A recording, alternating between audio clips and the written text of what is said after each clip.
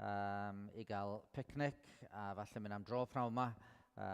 Mi ddaw'r trefniadau yn amlwg ar y diwedd felly. Gawn ni drafod ar y diwedd beth sydd i ddigwydd. A wedyn, yr unig gyhoeddiad arall dy Sul. Cofiwch ddod i ni ddathlu'r atgyfodiad efo yn gilydd fydda i ddim yma, fydda i yn Eglwys Bach, ond dy Sul dan arweiniad Dafydd am hanner awr wedi 10 yn y bore a dim ysgol Sul. Gadwch i ni weddio. O arglwydd ein Duw a thad ein harglwydd Iesu Grist, diolch yn fawr i ti am y cyfle y bore yma i ddod, nid ar ddydd Sul ond ar ddydd Gwener i ddathlu. Y diwrnod mwyaf ofnadwy yn hanes y byd, y diwrnod mwyaf bendigedig yn hanes y byd. Yn harglwydd ni y gwaredwr, wedi gondemnio gan yr archoffeiriad ac arweinwyr yr Iddewon, i drosglwyddo i ddwylo Peilat ac yntau yn ei gondemnio i farw ar groes. Yn lle coron fwyaf gogoneddus y byd fe roddwyd coron ddraen iddo fo. Yn lle gorsedd o anrhydedd fe gafodd ei ddyrchafu ar groes.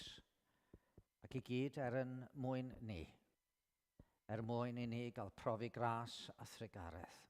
A'n gweddi ni ydy y byddwn ni y bore yma eto yn cael rhyfeddu at y cariad, drefnodd fod na waredwr cryf i'r gwan.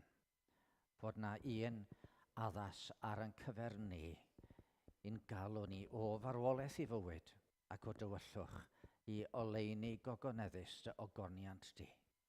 Felly, helpa ni y bore yma i daddoli di a cofia bawb arall sydd yn cyfarfod heddiw i wneud yr un peth gad i rym y groes fod yn amlwg yn plith ni. A cofia rhai sy'n methu dod hefyd a bydd yn agos atyn nhw hefyd iddyn nhw brofi dy drigaredd ac iddyn nhw brofi dy agosrwydd. Clyw ni trwy Iesu Grist yn harglwydd a'n gwaredwr. Amen. Mi ganon ni emyn efo yn gilydd am weld y wawr ar y twyllaf ddydd. Crist ar ei ffordd i Galfari, barnwyd gan y byd yn ei guron friw, a'i roi ar groes o bren ac ymlaen.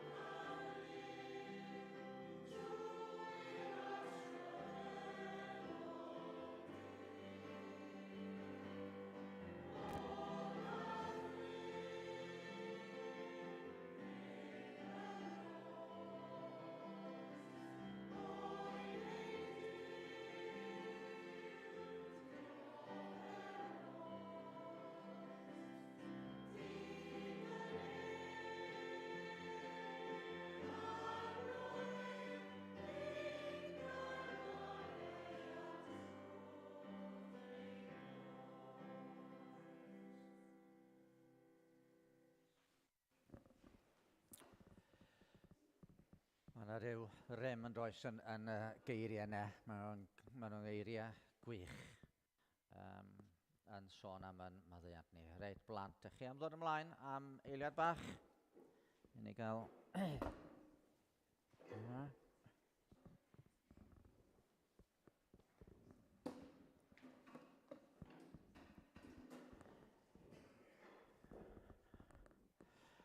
Reit, mae'n braf eich gweld chi. Ydych chi yn mwynhau gwyliau? Ie? Peidio gorau mynd i'r ysgol? Ne fo, mae'n braf yn dydi cael gwyliau fel hyn.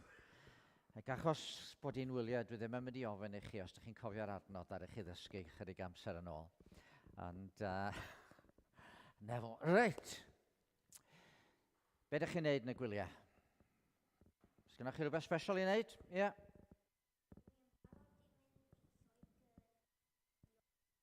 O, ti'n mynd i Alton Towers, waw. Ie. Ti wedi bod? O, wedi bod. Reit, na fo, oedd hi'n hwyl? Ys ti ar ei reids? Ys ti ddechryn ar ei reids? Do, ie. Mae rei ohonyn nhw'n gallu bod yn reit frawychus yn dydyn nhw. Reit, wel, un o'r pethau da ni'n hoffi wneud ydy chwarae gemau. A mae gennau i gem fan yma. Rwy'n gwybod pa gem ydy e? Daniel? Chess. Na fo, chess neu gwyddbwyll. Mae'n gem reit anodd i ddweud y gwir. Mae'n gem reit anodd. Mae gennych chi lot o rei bach fel yma sydd yn cael ei galw yn pawns. A mae rhain fel jyst milwyr cyffredin. A wedyn mae gennych chi gwahanol rhai, mae gennych chi un efo top flat fel yma, a mae'n dibynnu pa fath o set sydd gennych chi weithiau. Mae'n edrych fel top tŵr mewn castell, a castell, y castle neu rwc ydy hwn. A wedyn mae gennych chi y marchog, a ceffyl fel yna. A mae gennych chi wahanol rai, mae gennych chi esgob. Be mae esgob yn wneud yn rhyfel? Dwi ddim yn siŵr, ond yn y frwydr, ond mae yna esgob fan'na. A wedyn mae yna ddau bwysig iawn. Brenhines a brenin. A pwynt y gem ydy bod chi'n trio dal brenin, neu trio lladd y brenin. Brenin y tîm arall. So mae'r rhai du yn trio lladd y brenin, y tîm gwyn, a'r tîm gwyn yn trio lladd brenin y tîm du. A da chi'n neud hynny trwy bod rhain yn symud ar y gwahanol sgwariau, a maen nhw yn mynd, a pan da chi'n gallu glanio ar sgwar y brenin yn edrych chi'n ei ladd o. Rwan, dyma na ryw arlunydd yn gwneud llun o gystadleuaeth gwyddbwyll, gystadleuaeth chess. Gawn ni'r llun i fyny? Fan yma. Chi'n gallu gweld y llun fan'na? A Friedrich Moritz oedd enw'r arlunydd. A mae'r llun yma yn cyfleu ryw chwedl. Chwedl oedd amser hir yn ôl. Ar y dde fan yma ydy rhywun o'r enw Faust. Ar y chwith yn y coch, yn edrych yn reit gas, hwnnw ydy Mephistopheles. Chi'n nabod rhywun o'r enw Mephistopheles? Nadych? Na finne. Reit. A maen nhw chwarae gem o wyddbwyll. A'r broblem ydy, fanne, di Faust fan yma, di o ddim yn edrych yn hapus iawn. Achos mae'n edrych fel pe bydde fo yn siŵr o golli. Ac yn y chwedl yma, os oedd o'n colli, yna fydde fo yn eiddo i Mephistopheles am byth. A mae Mephistopheles mewn gwirionedd yn y chwedl, mae'n cynrychioli'r diafol. Felly os oedd o'n colli hwn, y gystadleuaeth, yna mi fydde y diafol yn ei gael o am byth. A mae'n edrych yn drist achos mae'n meddwl yn siŵr bod o'n mynd i golli, diolch yn gweld be mae'n gallu gwneud. Mae'n meddwl yn siŵr bod o'n mynd i golli. A mi oedd y llun yma fyny mewn amgueddfa. A dyma rhywun oedd yn wych am chwarae gwyddbwyll. Mae'r bobl arbennig sydd yn gallu chwarae chess yn dda iawn. Maen nhw'n cael ei galw, os dyn nhw wedi ennill digon o gystadlaethau, maen nhw'n cael ei galw'n Grand Masters. Ac oedd un o'r rhain wedi mynd i'r amgueddfa. A dyma fo'n sefyll o flaen y darlun. A jyst sefyll ac edrych ac edrych. A wedyn dyma fo'n dechrau gwenu. A dyma fo'n gofyn i'r reolwr o'r amgueddfa ddod a bwrdd a set chess. A dyma fo'n gosod nhw allan fel maen nhw ar y fannau. A dyma fo'n gwenu a dyma fo'n deud, ddyn ifanc, ti'n edrych mor drist, ond sut ti'n gwybod, mae yna un symudiad fedri di wneud.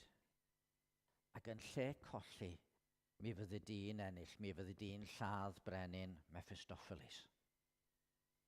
Oedd o'n meddwl yn siŵr bod yn mynd i golli, ond mae yna un ffordd mae'n mynd i ennill.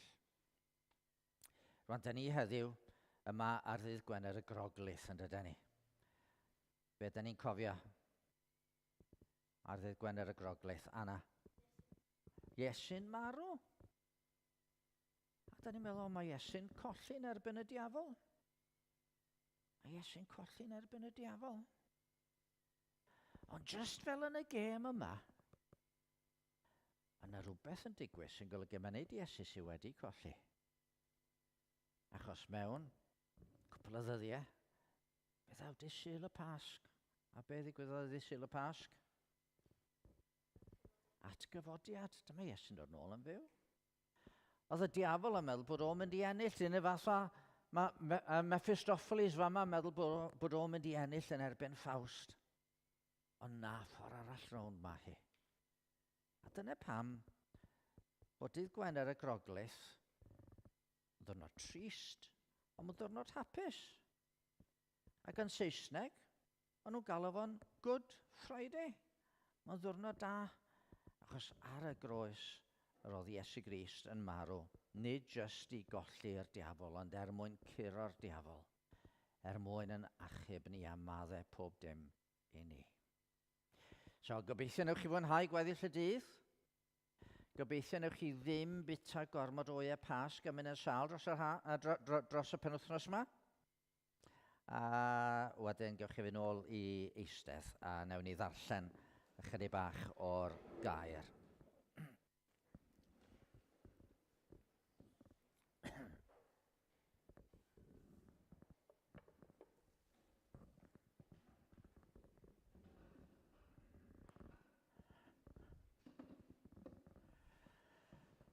Mae werth i chi chwilio yr hanes yma, gall chi roi Mephistopheles a Ffawst fewn yn Google a mi ffeindiwch chi yr hanes yna a mae o'n werth i chi ddarllen.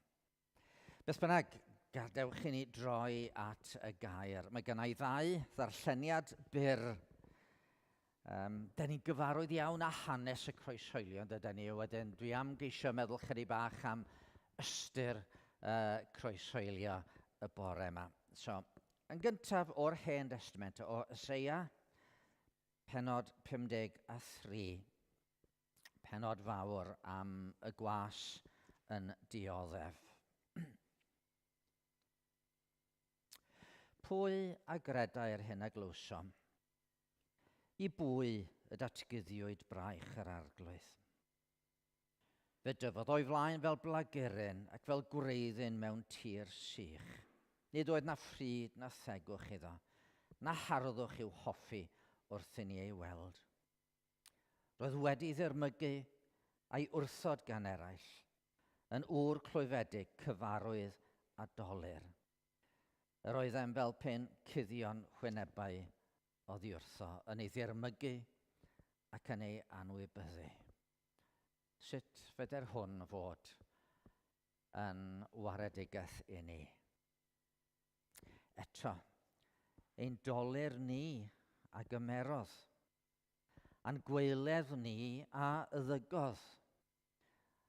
A ninnau neu gyfri wedi glwyfo ei daro gan ddiw a'i ddarostwng, ond archollwyd ef am ein troseddau ni, a'i ddryllio am ein cymweddau ni. Roedd pris ein heddwch arno ef, a thrwy ei gleisiau ef y cawsom ni a chad. Rydym ni i gyd wedi crwydro fel defaid, pob un yn troi y ffordd ei hun. A rhoes yr arglwydd arno ef ein beiau ni i gyd. A wedyn newn ni droi'r Testament Newydd ac i lythyr Paul at Philippiaid ar ail bennod yn y llythyr at y Philippiaid.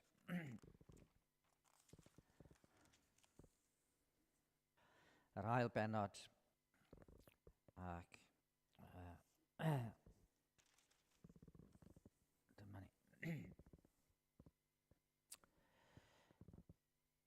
Adnod 5, y 5 adnod.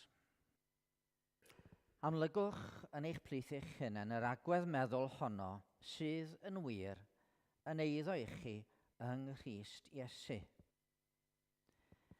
Ei bod ef ar ffurf y Duw, ni chyfrifodd fod cydraddoldeb a Duw yn beth i ddal gafael ynddo, ond fe'i gwacaodd ei hun, gan gymryd ffurf ceithwas a dyfod ar wedd ddynol.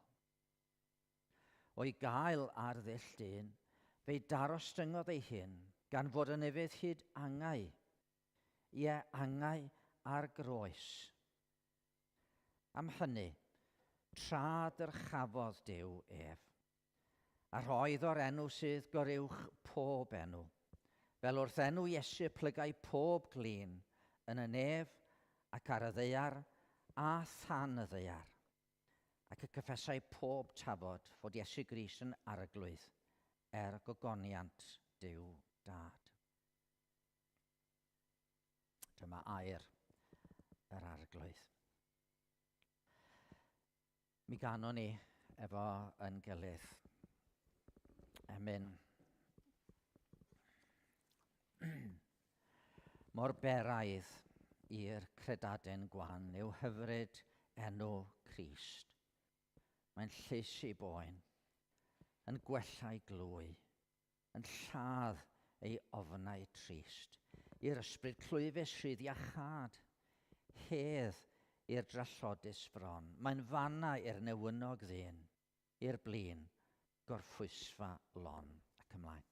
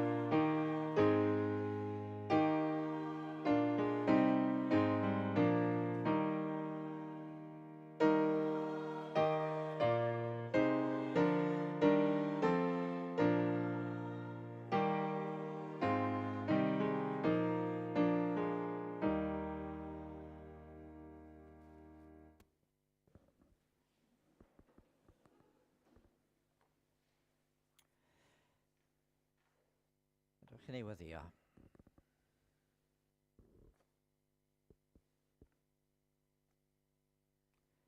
O Dduw ein tad a thad yn harglwydd Iesu Grist. Wrth i ni droi at y gair y bore yma, da ni'n ymwybodol bod geiriau rywsut yn annigonol i egluro, i werthfawrogi, i ddangos gogoniant y diwrnod hwn. Ac eto, gofyn i ti gymeryd y geiriau rydw i wedi cael eu paratoi a thynnu o'r rhain golwg mwy clir na gerioed o'r blaen o'r arglwydd Iesu Grist i bob un ohono ni. Gweddio Dduw'n tad y bydd golwg arnat fel yr wyt yn troi yn foliant dan ein bron i gyd. Felly, cynorthwya ni trwy'r ysbryd glân mwyn dy enw. Amen. Fel o'n i am i ni feddwl am ychydig bach am y geiriau yna o lythyr Paul at y Philippiad. Geiriau rhyfeddol yn wir. Geiriau am yr arglwydd Iesu Grist, ei fod ar ffurf Duw. Ni chyfrifodd fod cydraddoldeb a Duw yn beth i ddal gafael ynddo. A beth yw gipio. To be grasped, medde cyfeithiadau Saesneg, ond fe gwachaodd ei hun gan gymryd ffurf ceithwas a dyfod ar wedd ddynol. Da ni yma wrth gwrs ar ddiwrnod arbennig i gofio'n harglwydd yn cael ei gymryd ar gam i gondemnio a'i ladd trwy groeshoelio. A'r cwestiwn sydd gynna i bore yma ydy pam yn bod ni'n cofio Iesu yn marw ar groes. Ydy'r cyfan yn gyntaf oedd o'n rhywbeth ddigwyddodd bron i 2,000 o flynyddoedd yn ôl. Ac hefyd yn yr amser hwnnw doedd o ddim yn beth anghyffredin i bobl gael eu croeshoelio. Fe gafodd miloedd i croeshoelio gan y Rhufeiniaid. Ond da ni'n mynd i cofio nhw. Lle pam bod ni'n cofio hwn uwchlaw pob dim. Ac yna i 3 pwynt syml iawn. Yn gyntaf, da ni'n cofio hwn oherwydd pwy oedd yn cael ei groeshoelio yma. A rhai pobl yn cael mwy o sylw nag eraill. Mae llawer o bobl llynedd wedi marw. A da ni'n gwybod enw rhan fwyaf ohonyn nhw. Byddai teulu a'i ffrindiau agos wrth gwrs yn galaru, ond by'r gweddill ohono ni, diom yn unrhyw beth arbennig. Ond pan fydd y frenhines farw, wel oedd y byd i gyd yn cael gwybod. A 2,000 o flynyddoedd yn ôl, oedd rhywun llawer mwy na'r frenhines Elizabeth yn hongian ar groes am 2 awr. I fod ef ar ffurf Duw. Roedd o'n gydradd a Duw, cydraddoldeb a Duw yn ôl y geiriau yma. A rhag i neb gam gymryd a meddwl mae rhyw syniad ddatblygodd ddiweddarach, oedd yr eglwys fore o'r cychwyn cyntaf yn cymeryd bod yr arglwydd Iesu Grist yn wir y Dduw. Efo'r tad a'r ysbryd glân yn un o'r drindod. Fe gymerodd i chydig bach o amser i'r cyfan gael ei egluro mewn ffordd gallwn ni i afel ynddo fo rywsut, ond dyma'r gair tregwyddol oedd wedi dod yn gnawd. Ail berson y drindod sanctaidd. Dyma'r un welodd Eseia, pan oedd Eseia'n mynd i'r deml yn 6 bennod o Eseia, am cael golwg o'r orsedd. A dyma'r un welodd o. Achos mae'r testament yn deud wrthon ni, mae gweld Iesu nath gweld y Crist, gweld y gair nath Eseia. A roedd y seraffiad o'i amgylch yn gweiddi. A be maen nhw'n weiddi? Yr holl ddeiar sydd lawn o'i ogoniant ef. Hynny ydi, trwyddo ef doedd popeth i fod. Hebddo ef nid oedd ddim byd yn gallu dod i fod. a fo sy'n cynnal y cyfan trwy ei air nersol. Ac oedd y seraffiad yn edrych o gwmpas, a ble bynnag oedden nhw'n edrych, oedden nhw'n gweld gogoniant yr un yma. A beth dyn ni'n gweld bore yma? Drwch o cwmpas chi. Chi'n gweld y plant a falle edrych chydig bach yn aflonydd neu chydig bach yn bord neu rhywbeth. Ond dyma rai sydd wedi cael eu creu gan yr arglwydd. Maen nhw'n cael eu cynnal gan yr arglwydd. A mae'r yngylion yn gweld gogoniant. Beth ydych chi'n teimlo? Chi'n teimlo'ch calon yn curo. A pob curiad yn digwydd achos i fod o'n deud cura.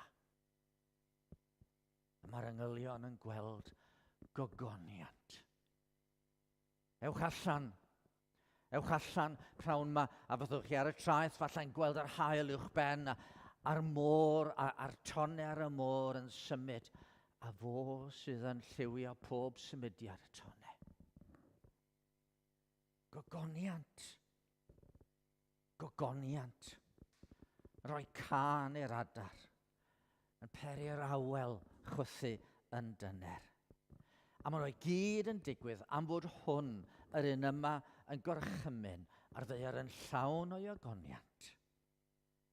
A hwn sy'n alffa ac omega, o dragwyddoldeb i dragwyddoldeb.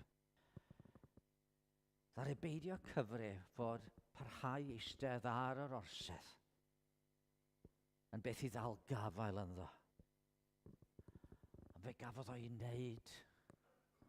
Os ydych chi efo'r Beibl a ydych chi'n edrych ar i dot, fe gafodd hwn i wneud yn llai na'r dot bach ar dop yr i yna, yng Nghroth Mair.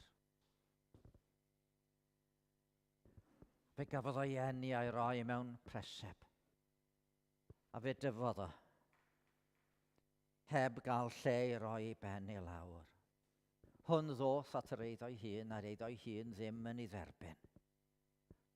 Hwn wedi cael ei wneud yn wir ddyn, a aeth ei hongian ar groes ar domen sbwriel Jerusalem.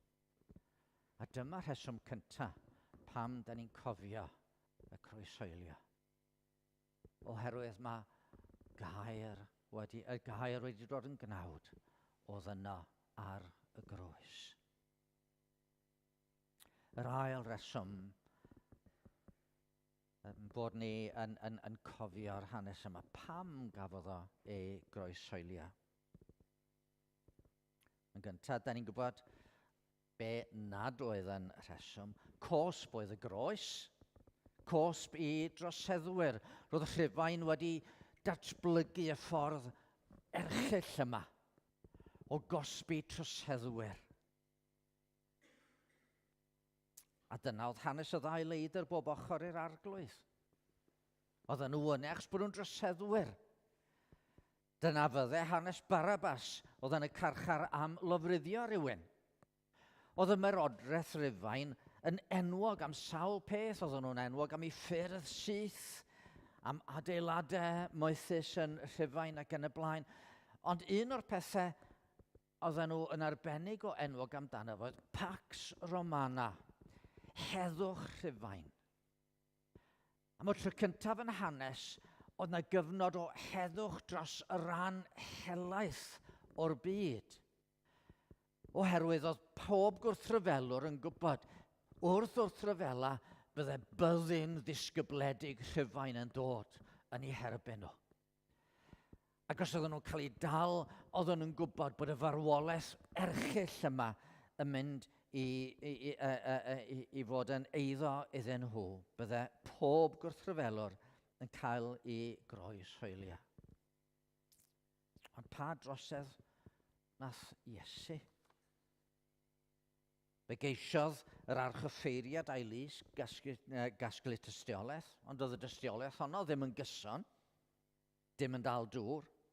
Fe ddath Iesu o flaen Peilat a Herod, ond oedd Herod jyst i meddwl, wel, ffwl ydi o, a oedd Peilat yn gorfod cyfadde. Doedd o'n wedi gwneud dim byd oedd yn haeddu cosb. Dim byd oedd yn heiddi marwolaeth. Pa beth a wnaeth fy nghrys di enyn dig a brad? Wnaeth efo'r deillio'n weld a rhoi'r cloff iachad ei gariad roes. Ond dyna pam rhaid dioddau'r cam ar greulon groes. Doedd o ddim yn achos bod o'n droseddwr. Doedd na neb mor gwbl ddiniwed â hwn erioed. Fe allan ni felly ddeud, wel, pam gafodd o'i ladd? Fe gafodd o'i ladd oherwydd cenfigen. Dyna be oedd Peilat yn feddwl. Mae Mathew yn dweud, gofynodd Peilat iddynt, pwy a fynnwch chi mi ryddhau i chi? Iesu Barabas yn te Iesu'r elwyr a Meseia. O'r gwyddau mae o genfigen y traddod asantef. Oedd y dyrfa'n mynd ar ôl Iesu. Ac oedd Iesu mor barod i gondemnio'r Pharisæad a'r ysgrifenyddion a'r choffeiriad a'r ffordd oedden nhw'n gwneud pethau. Falle gallen ni ddeud mai oherwydd drygioni pobl gafodd o'i gymryd i Galfaria. Dyna'r reswm. Brad Judas, drygioni'r arweinwyr yn Jerusalem. Cofiwch y gair a ddywedais wrthych, nid yw unrhyw was yn fwy na'i feistr, os erlydiasant fi. Eich erlydiant chwythau. Fe wna'n hyn oll i chi o achos fy enw i am nad yn adnabod yr hwn am hanfonodd i. Pe buaswn i heb ddod a llefaru wrthynt ni buasai ganddynt bechod. Ond yn awr, nid oes ganddynt esgyd am ei pechod. Pechod dynion yrodd yr arglwydd Iesu Grist i'r groes. Ond mae Paul yn rhoi rheswm arall. Rheswm arall pam yr oedd Iesu Grist yn cael ei groesoelio. O'i gael ar ddull dyn, fe'i darostyngodd ei hun gan fod yn ifydd hyd angau. Yn ifydd hyd angau. Ifyddod yw dad nefol ddariaru i ben bryn Calfaria. Dyna oedd yr ymdrech fawr yn de, yn ngardd Gethsemane. Hynny di, oedd o yno yn brwydro rywsut efo beth oedd o'i flaen o. Fy nhad, os nad yw'n bosibl i'r cwpan hwn fynd heibio heb i mi yfed, hwneler dy ewyllus di. Ac ewyllus i dad oedd bod o'n mynd ymlaen i groes Calfaria. Mae Eseia yn deud henod 53 bellach ymlaen yn y benod. Yr arglwydd a fynnau ei ddryllio a gwneud iddo ddioddau. Dyma oedd cynllun Duw. Wel, os nad oedd o'n cynllun Duw, a Duw eisoes wedi deud hwn yw fy annwyl fab yn yr hwn yn bodlonwyd, mi fydde Duw wedi achub o'n bydde. Bydde Duw wedi gadw foddi wrth hynny. Ond dyma'r cynllun tregwyddol. A dewisodd Iesu fynd yno yn ifydd i'w dad nefol. Wrth gofio'r iddfannau yn yr ardd, a'i chwys fel defnynnau o waed, a redig ar gefn oedd mor hardd, a'i daro a chleddyf ei dad. A'i arwain i galfar i fryn, a'i hoelio ar groesbren o'i fodd. Fe ddewisodd o y llwybr yma. Pa dafod all dewi am hyn, pa galon mor galed na thodd. Pam ath Iesu i'r groes? Pam gafodd o'i groesolio? Achos mae dyma oedd ewyllus y tad. Ond be oedd canlyniad y croeshoelio? Mae rhai yn ymwrthod a'r syniad mae Duw roddodd Iesu ar y groes. Pa dad sy'n mor greulon a gwneud hwn i'w blentyn ei hun? Mae rhai wedi sôn am y syniad fod Duw di anfon Iesu i'r groes fel cosmic child abuse. Ond na. Roedd diben mwy gogoneddus gan y tad yn anfon ei fab i'r groes. A diben mwy gogoneddus gan y mab wrth fynd i'r groes na just dioddef. Fel mae Eseia'n deud, roedd wedi ddirmygu ei wrthod gan eraill, yn ŵr clwyfedig cyfarwydd a dolir, yr oedd yn fel pethau'n cuddio'n wynebau ddiwrthon i ddirmygu ac yn ei anwybyddu eto. Ein dolir ni a gymerodd, a'n gweledd ni a ddygodd. A neu neu gyfri wedi glwyfo i daro gan ddew a'i ddarostwng, ond archollwyd ef am ein troseddau ni, a ddyrllio am ein cymweddau ni. Oedd pris ein heddwch ni arno ef, a thrwy gleisiau ef y cawsom ni a chad. Sgynnoch chi ddolir? Cris wedi gymryd o.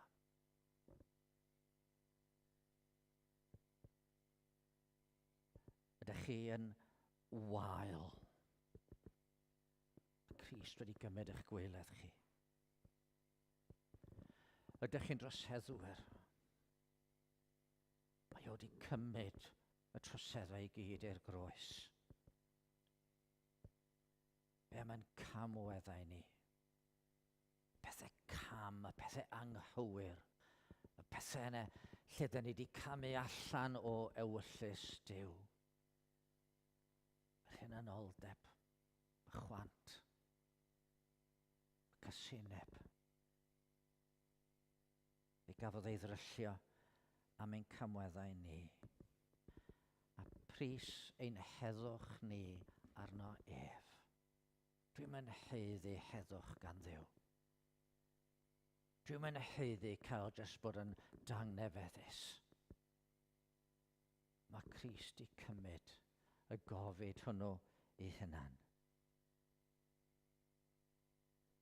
Ac oherwydd i yfuddod hyd angau. Oedd Ion yn gallu edrych i mewn i'r nefoedd, a gweld tyrfa na llai neb i'r ifo, o rhai yn gwisgo mentyll gwyn, a pan ofynodd yr angel, pwy di'r rhai sy'n gwisgo mentyll gwyn? Ioan ddim yn gwybod, am yr angel yn deud wrtho fo, dyma'r rhai sy'n dod allan o'r gorthrymder mawr. Maent wedi golchi eu mentyll a'i canu yng ngwaed yr oen. Na ffynon wedi agor i ni gael golchi'n aflendid i gyd. A mae Paul eto yn deud fan hynny. Am hynny, tra dyrchafodd Duw ef, a roedd o'r enw sydd goruwch pob enw, fel wrth enw Iesu pyrgau pob glin, yn y nef ac ar y ddeiar a than y ddeiar, ac y gyffesau pob tafod fod Iesu Grist yn arglwydd gogoniant Duw Dad. Bod i'r un gwaredwr, yr unig gwaredwr, y gallwn ni ymddiried ynddo fo.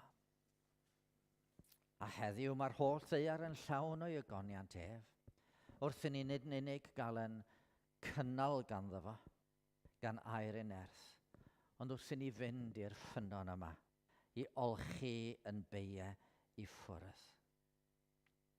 A mae hynny yn digwydd wrth i ni gredu, wrth i ni drystio, wrth i roi'n ffydd yn yr arglwydd bod o wedi cymeryd y cyfan i'r groes yn ein lle ni.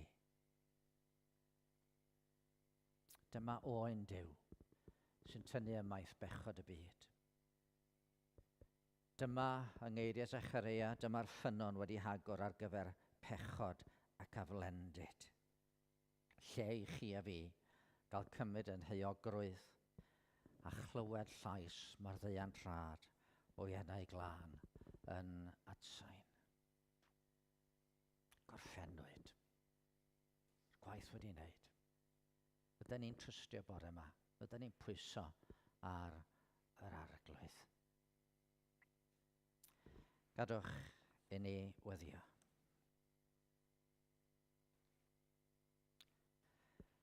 Cariad na fi ei bath yw cariad fy arglwydd glân. Gras i'r di ras i'w gwneud yn raslo neu ein can. Ond pwy yw fi? Cael er fy mwyn yr Iesu ddwyn i galfari. Gadawodd o'r seddnef dwyn i achad i ddyn, ond fe gwrthodwyd ef y Crist, gan bawb yn un. Fy nghyfaill yw ffyddlonaf un, ar oes ei hun i mi gael byw. Pa beth a wnaeth fy Nghrist i enyn dig a brad? Wnaeth ef i'r deillion weld a rhoi'r cloff iachad. Ei gariad roes. Ond dyna pam rhaid diodde'r cam ar greulon groes. Anwylaf un, a'i gwaedd o ddicter rhont i fedd ar bedyr llofrydd, ond rhaid lladd tywysog hedd. O'i fodd, hyn, ein gwneud yn rhydd, ein cwylydd, gymer Iesu Gwyn. O Dduw ein Tad, diolch am waredwr i'r rai fel fi. Diolch am un i gymryd yn holl a flendid, i wacau ei hun o'i agoniant, i wacau ei hun o'i awdurdod a rhoi heibio pob hawl, hyd yn oed yr hawl i fyw. A cymeryd canlyniadau yn drygion i ni ar ei gefn ei hunan. O, Arglwydd, diolch i ti am y fath waredwr. Amen. Mi ganon ni, cyn troi at fwrdd yn Harglwydd, gorffennwyd y Meseia oes ei fywyd dros bechodau'r byd. Mae rhyddid cyflawn trwy ei waed, cyflawnwyd diben Aberth Drud. Gorffennwyd, talwyd dyled lawn, brynhawn drwy Aberth Calfari. Gwnaed perffaith iawn drwy waed yr oen, bu farw Iesu drosom ni.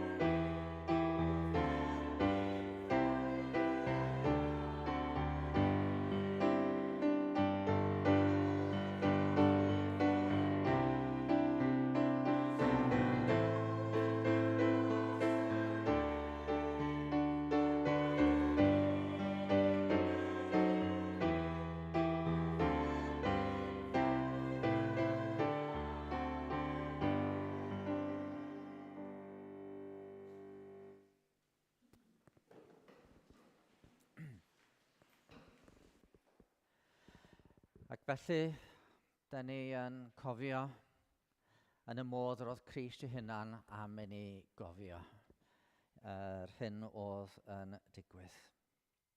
Yn nos y bradychwyd Iesu, oedd o wedi ymgasglu efo ei ddisgyblion. A fe gymerodd fara ac fe torodd gan ddweud, cymerwch, bwytewch, hwn i fy nghorff, yr hwnna dorir trosach. Gwnewch hyn cof amdana fi. Bod i bara'r bywyd. Dyma y gyflawni yr egwyddor yma oedd o wedi ddeud, oedd wedi rhoi i'w ddisgyblion. Fod i bara'r bywyd yn rhoi hynna'n drosom ni. Wedi swperu fe gymerodd y cwpan gan ddweud y cwpan hwn yw'r cyfamod newydd yn fy ngwaed i. Y lliw yma yn atgoffa ni o reality yr aberth yna. Y gwaed dywalltwyd ar y galfaria. Gwyddwch nad y phethau llygredig megis arian neu aur eich prynwyd oddi wrth eich ofer y marweddiad. Eithra gwerthfawr waed Crist megis oen difeus a difrycheilid. Gwnewch hyn yn cyfer... Y cwpan hwn yw'r cyfamod newydd, y cyfamod yr addewid newydd yna. Rhwng y tad a'r mab, bod pawb sy'n ymddiried yn y mab yn cael bywyd tragwyddol. Bore yma, os oes gennych chi amheuon bod eich pechodau chi'n rhy fawr, cofiwch fod Crist wedi deud gorffennwyd. Yr cyfan wedi wneud ganddo fo. Gwnewch hyn cof amdanaf. Gadwch hyn i weddio. Arglwydd yn Duw, da ni yma o flaen y bara a'r gwyn unwaith eto, yn cofio mae nid yn bod ni'n y ddigon da ydy'r rheswm da ni yma. Yn wir, da ni'n gwybod mae'r gwrthwyneb sydd yn wir. Ond da ni'n diolch ti o Dduw'n Tad yn bod ni yma fel rhai sydd yn gallu pwyso ar aberth yn gwaredwr. Da ni'n cyfaddef o'r newydd felly yn beie ger dyfron. Mewn gair, meddwl a gweithred, da ni wedi crwydro. Ond da ni hefyd o Dduw'n Tad yn dymuno troi oddi wrth rheina i gyd. Da ni'n dymuno o Dduw'n Tad gwir ydi feirwch yn y cylonau am yn beie. Nid fel Judas oedd yn dyfaru ond ddim rywsut yn gallu troi at y gwaredwr am faddeuant. Ond da ni isio ydi farhau fel y gnath Pedr wrth iddo wylo am iddo fo wadu i arglwydd. A da ni o Dduw am gael pwyso o'r newydd ar yr arglwydd Iesu Grist. Fydd helpa ni trwy'r bara yr arwydd yma o gorff Crist yn cael ei ddyrllio ar yn mwyn ni. A helpa ni trwy'r gwyn, yr arwydd o'r gwaed dywalltwyd i selio'r cyfamod. Helpa ni eto i bwyso ar y gwaredwr ac wrth bwyso i dderbyn llawenydd yr iachawdwriaeth i'n cylonau. Amen.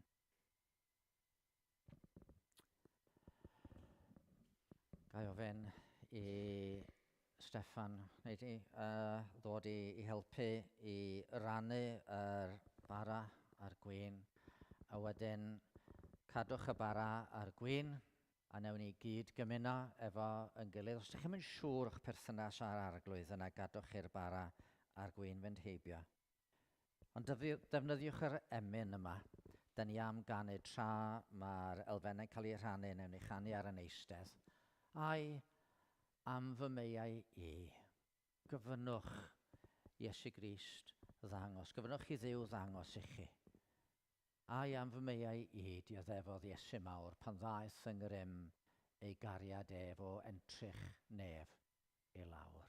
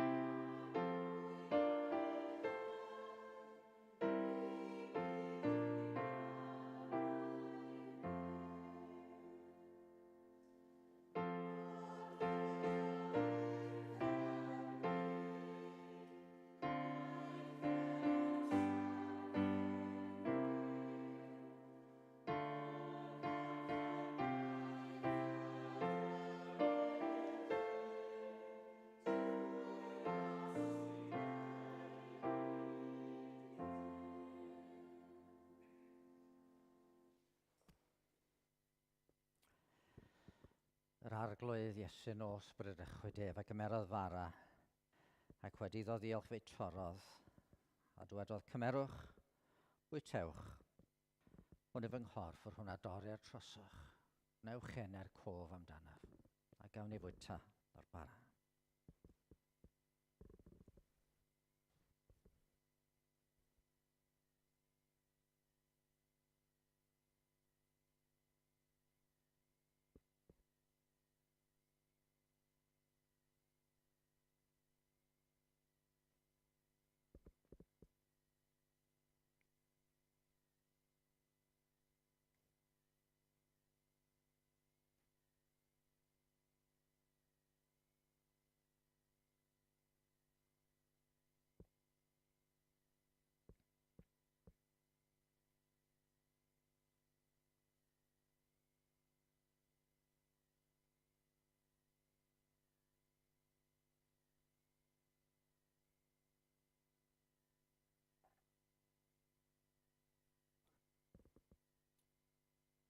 Ar un modd wedi swperu fe gymerodd y cwpan, gan ddweud y cwpan hwn yw'r cyfamod newydd yn fy ngwaed I. Gwnewch hyn cynifer gwaith bynnag yr yfach, cof amdanaf. Gawn ni yfed o'r cwpan.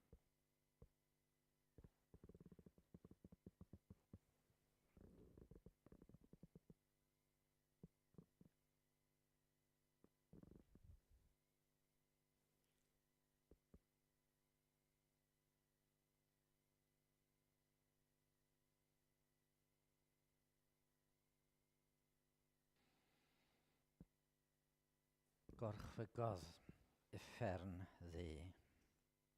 Gwnaeth ben y siarff yn fryw.